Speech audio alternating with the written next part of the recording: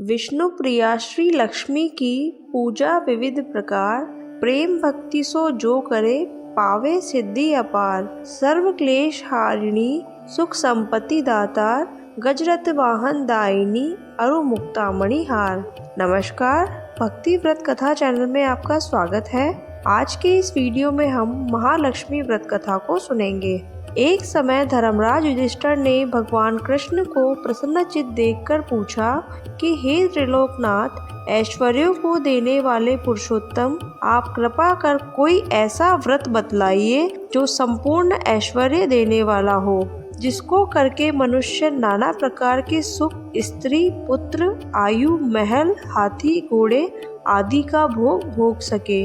भगवान श्री कृष्ण बोले कि हे राजन सुनो, सतयुग में जब वृत्तासुर आदि असुरों ने स्वर्ग लोक पर अपना अधिकार कर लिया, तब दुखी हो इंद्र ने ऐसा ही प्रश्न देवर्षि नारद से पूछा था। यह सुनकर नारद जी बोले कि हे देवराज इंद्र, मैं तुमको एक ऐसा उपाय बताता हूँ जो सर्व मंगलकारी है।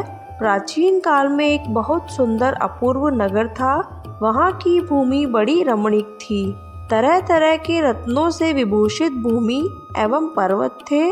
वहाँ सुंदर चंचल नेत्रों वाली स्त्रियों के बाण रूपी कटाक्ष से कामदेव तीनों लोकों को वश में करता था। उस नगर में चारों पदार्थ धर्म, अर्थ, काम, मोक्ष थे। उसकी विचित्र रचना देखकर विश्वकर्मा भी लज्जित होता था। उसी नगर में एक मंगलसेन नाम का राजा था। उसकी चल्ल देवी और चौल देवी नाम की दो रानियां थी।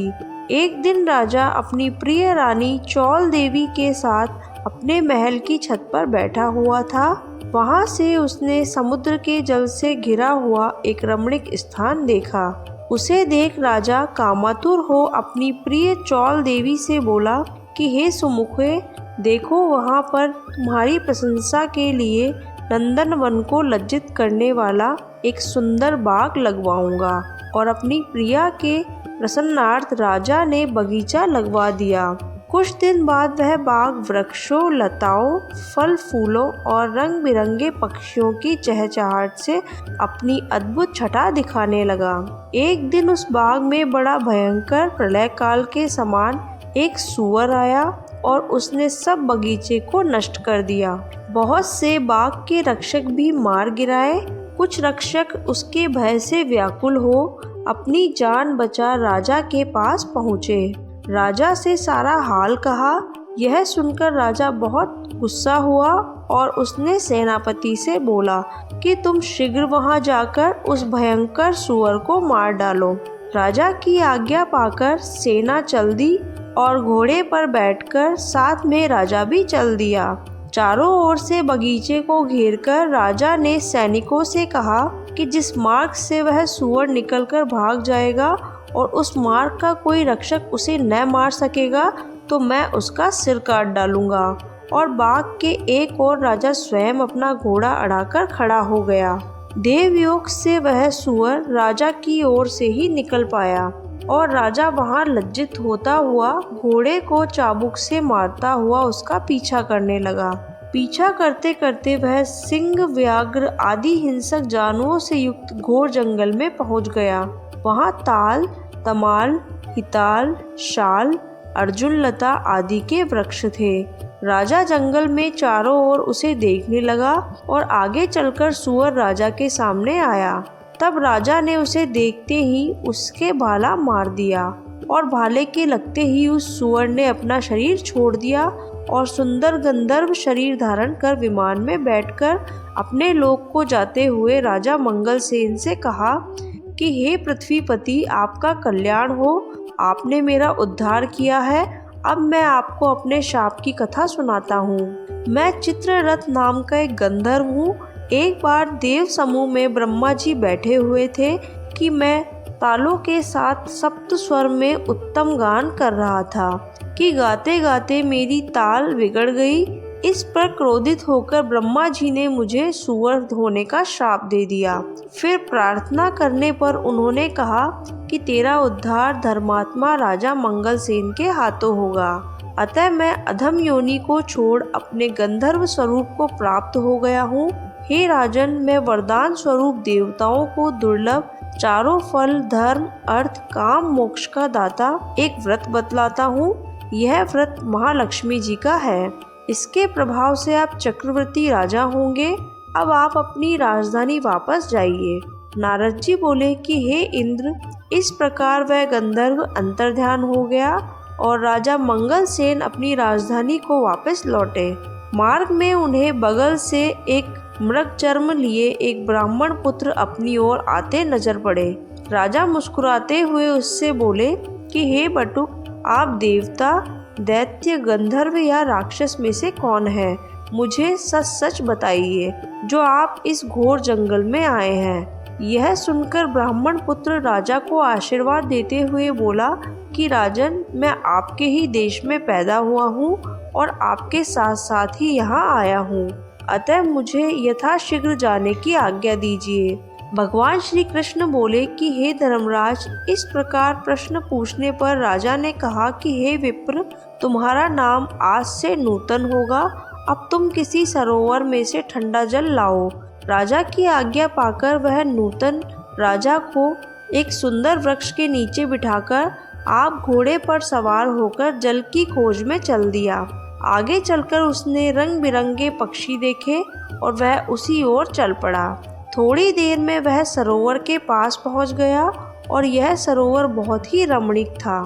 ऐसा प्रतीत होता था कि यहाँ भगवान नारायण का ही निवास स्थान है। सुंदर सुंदर कमलों से सुशोभित, चक्रवाक आदि पक्षियों से युक्त, तेज हवा से उठने वाली लहरों को शांत करने वाला, मीठे जल वाला, महर्षि अगस्त्य की तृष्णा शांत करने वाला, शीतल एवं जल से परिपूर्ण था। जैसे ही वह वहाँ आगे बढ़ा कि उसका घोड़ा कीचड़ में फंस गया।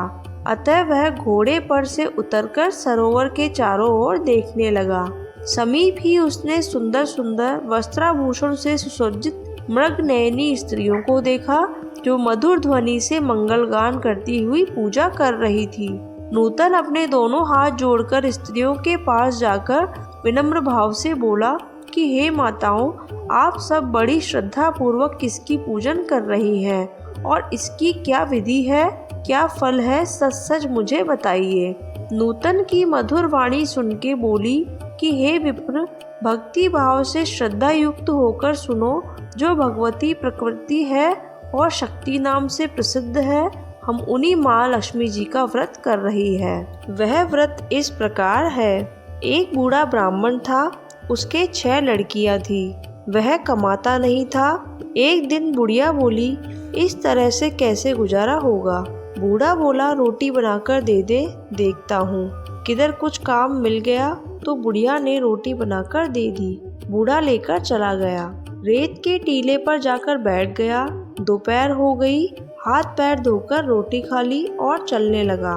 लक्ष्मी माता देख रही थी। वह बोली, बड़ा भोला ब्राह्मण है, आज फिर बुढ़िया इसको पूछेगी क्या कमा कर लाया है, इसीलिए मैं ही इसके साथ जाती हूँ। वह छोटी सी कन्या बनकर खेलने लगी। बापू, मैं भी तेरे साथ चलूंगी। वह बोला कि चल। मैं 3 काम नहीं करूंगी। एक तो बर्तन नहीं मांजूंगी, दूसरा झाड़ू नहीं मारूंगी, तीसरा कपड़े नहीं बिछाऊंगी।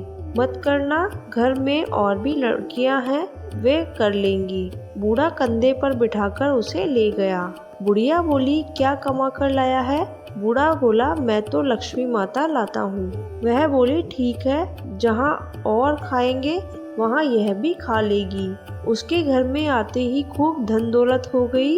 एक दिन वह बोली, बापू मेरा सिर दुख रहा है, मैं जाऊंगी। बापू बोला, सिर दुख रहा है तो दवाई ले ले। वह बोली, मैं तो जाऊंगी। घर घर की पोहनी हूँ, किसी को रुलाऊंगी, किसी को हंसाऊंगी, एक जब मेरा काम नहीं चलेगा। फिर तू मुझे मिलेगी कहाँ? वह बोला, सोमवार को शिव जी के मंदिर में, मंगलवार को हनुमान जी के मंदिर में, बुधवार को राम के मंदिर में, गुरुवार को केले के नीचे, शुक्रवार को संतोषी माता के मंदिर में, शनिवार को पीपल के नीचे, इतवार को सूरज जी के नीचे मिलूंगी। हे लक्ष्मी माता, जैसे बूढ़े ब्राह्मण को मिली वैसी सभी को मिलना। बोलिए महालक्ष्मी माता की जय।